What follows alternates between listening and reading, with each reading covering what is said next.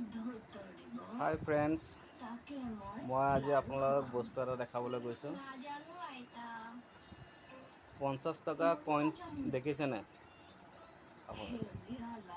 আজি আপোনালোকক 50 টকা কইন্স দেখুৱাম, চাব। যোনে যোনে এই কইন্সটো দেখি পায় সিহঁতে কমেণ্টত জনাব আৰু লাইক কৰিব। Bye bye. এতিয়া আপোনালোকক দেখাম 50 টকা কইন্সটো।